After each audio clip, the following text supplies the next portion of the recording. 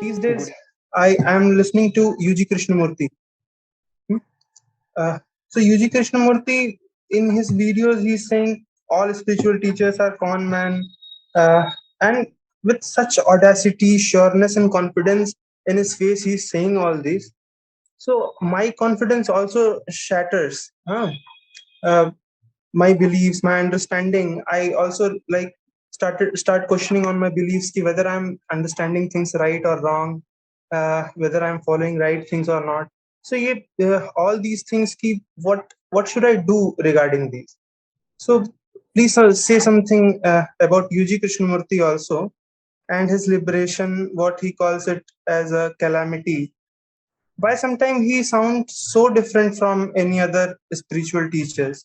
I'm very much confused. You talked about UG Krishnamurti and you said that he declared with great assertiveness and confidence that all spiritual teachers are fake.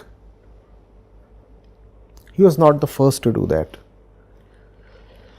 There have been many others before him.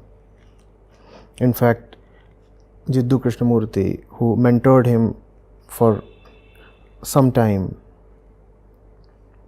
was saying much the same thing, though in much less abrasive terms. So, I think I'll give him the benefit of doubt. I'll take his statement in good faith. He has made a sweeping generalization, but that generalization is not far away from reality. So, what he is saying, I think if you go to the spirit of it, it has to be accepted. I too say the same thing, and I endorse what he is saying, that in general spirituality is the favorite ground of fraudulence. Any other place, even if you want to cheat people, you have to make some efforts. You have to know something. You at least have to be a master at the art of theft or robbery or whatever. Spirituality, you just have to yak and the masses are all just too gullible.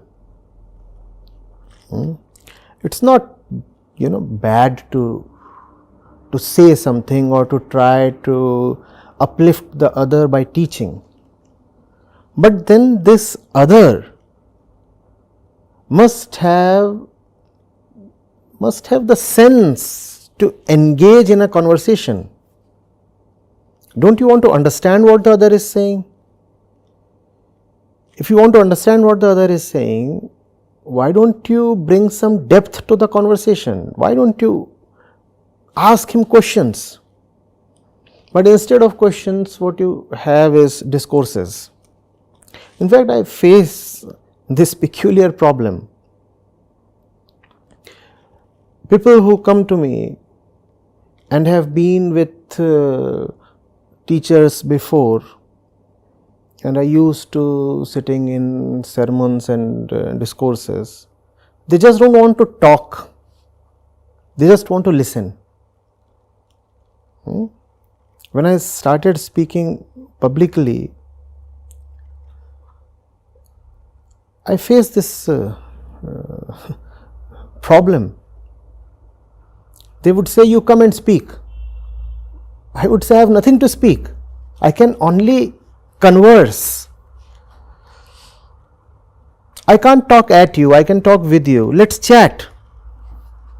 They say, but spiritual teachers don't chat. They sermonize. I said, I have no sermons. In fact, there is very little that I have by way of a message or something. If you have a question to ask, I can answer it. If you have a topic to raise, we can talk.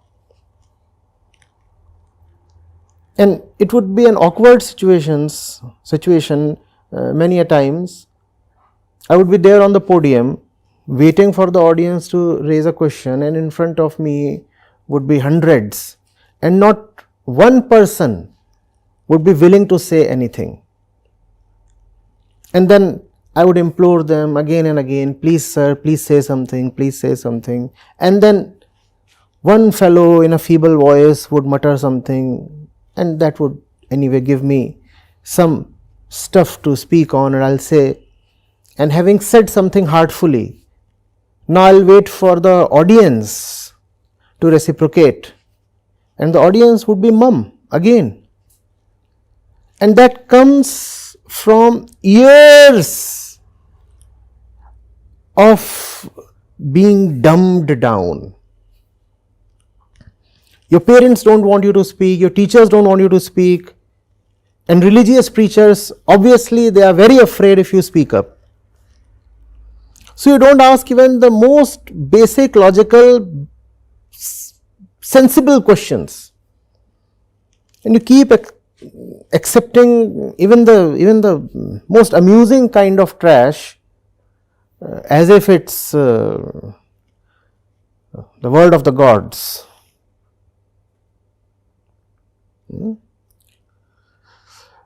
So, in fact, that's the reason why I prefer the company of students rather than so-called mature people. Mature people are so deeply steeped in beliefs that they can't engage. They can follow you or they can walk away from you, but they cannot really engage. If you say something that violates their beliefs, they'll walk away.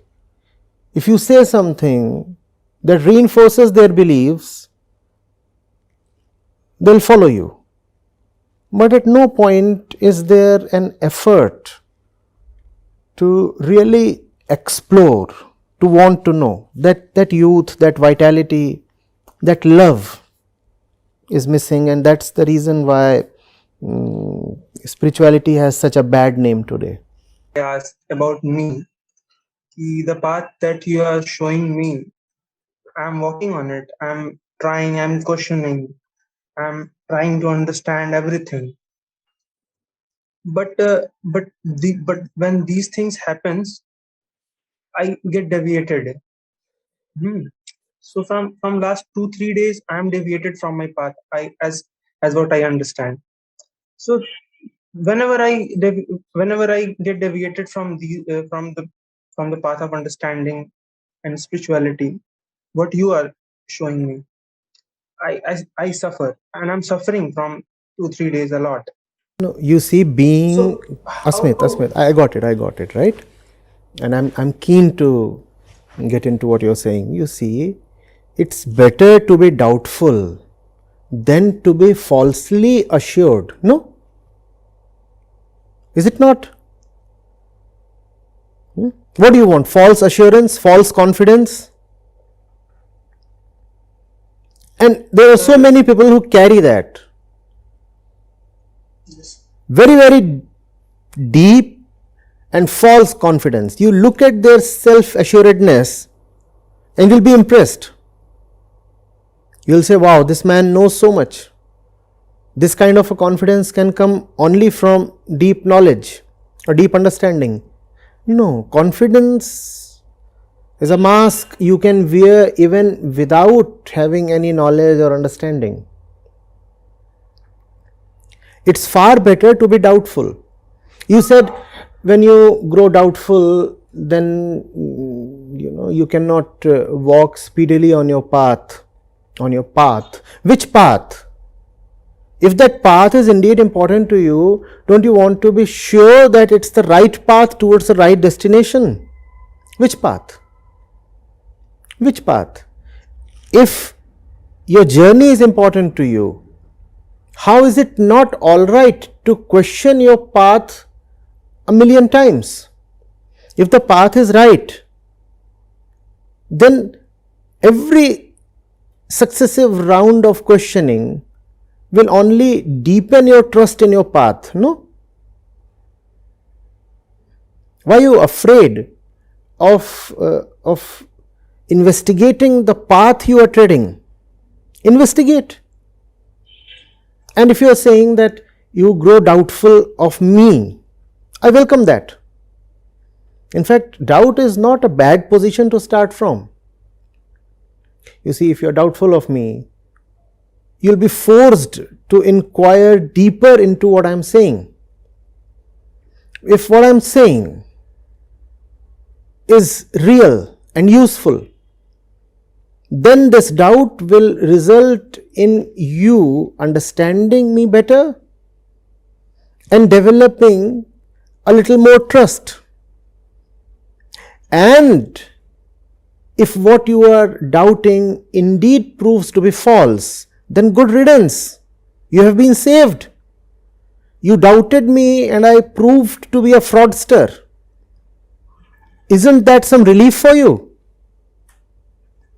So it's not at all a problem to doubt. I do not know who taught you the virtues of easy and cheap faith. Faith is very, very expensive, and faith must be very final. Only when you have travelled a great distance in your journey must you develop unconditional faith. Before that, remain doubtful, even skeptical. Are you getting it? So, forget about this being a thing of problem. It is indeed a welcome state for a young man to be doubtful. Do you know how long did Vivekananda remain doubtful of Ramakrishna Paramhans? For pretty long. And it's all right. Because he remained doubtful, because he was a man of integrity, because he would not compromise with the false, that's the reason why ultimately he could get a true teacher. Otherwise, teachers come a dozen a dime. I'm sure even in the times of Ramakrishna, that area, Calcutta and Dakshineshwar, was infested with all kinds of fraud, babas and the like. We have never had a shortage of them, be it today or any other century in time. Vivekananda didn't fall prey to them. Why? Because he was not going to accept anything easily. When you don't accept anything easily, then what you accept means something to you. Whereas if you are someone who just accepts anything, then your acceptance has no richness, no meaning, no significance. Today you can accept this, tomorrow you can accept the opposite of this. A rolling stone gains no moss. And most people are like this. Shallow, fluctuating beliefs, not having any real center. Remember that you cannot have faith without doubt. Faith that came to you without being initiated by doubt is just flimsy trust, not faith at all.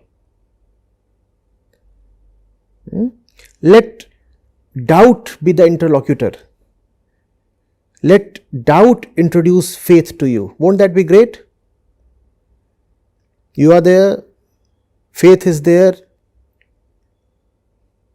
and doubt is the introducer. Doubt says, on my own credibility here, I take the pleasure of introducing faith to you. Now that's some statement. Faith being brought to you by doubt.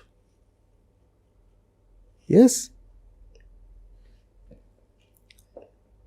So even if I say yes, you are not supposed to obediently say yes, sir. It's my part to say yes, and my yes comes with a question mark. I'm not asking you to follow me, I'm asking you to answer me. That much is all right, no?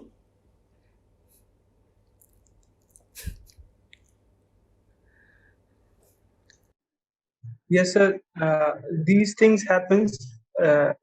ये पहले भी हुआ है, but होता रहेगा. मैंने ठीक किया भी है, करता रहूँगा. नहीं, कैसे ठीक किया? What do you mean by ठीक किया है? In the name ठीक of, किया in the sense in the कि- name, in the name of ठीक किया, don't kill your doubt. I'm not killing. I'm saying कि पहले भी ऐसे डाउट्स आए हैं, तो मैंने उसे फिगर आउट करा है कि एग्जैक्टली क्या हो रहा है यहाँ पे, इस पूरी सिचुएशन में हो क्या रहा है. Yes. तो उसको समझने के बाद मैं उससे फिर आगे निकल जाता हूँ. बट वो फिर दूसरी बार भी वो थॉट आता है परेशान करने, बट वो इंटेंसिटी उसकी कम हो जाती है. तो अभी फिलहाल उससे गुजर रहा था मैं, तो मुझे लगा वही सवाल मैं कर लूं. No, it's otherwise a great. When doubt comes to you, it's a great opportunity. Use it. Don't suppress it. Don't think of yourself as mischievous or disloyal or infidel. If doubts regarding even the most commonly accepted things come to you, doubt the entire world, doubt the gods, and most importantly, doubt yourself. Yes, sir. Can I ask one more thing? I'm here for you. In one of his videos, he's saying कि perception of eyes are not actually three-dimensional.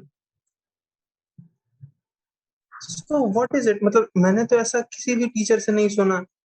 UG Krishnamurthy जो कह रहे हैं वो ना जय कृष्णमूर्ति कहते हैं ना ओशो कहते हैं. तो वो कभी कभी ऐसा लगता है कि there is something else that he has to say. So see, I'll have to go into that exact excerpt you are coming from, but it's obvious, no? It's not that it's not the eyes that see. The mind sees. And he's saying that the knowledge says that it is three-dimensional, otherwise eyes don't see that it is a three-dimensional world.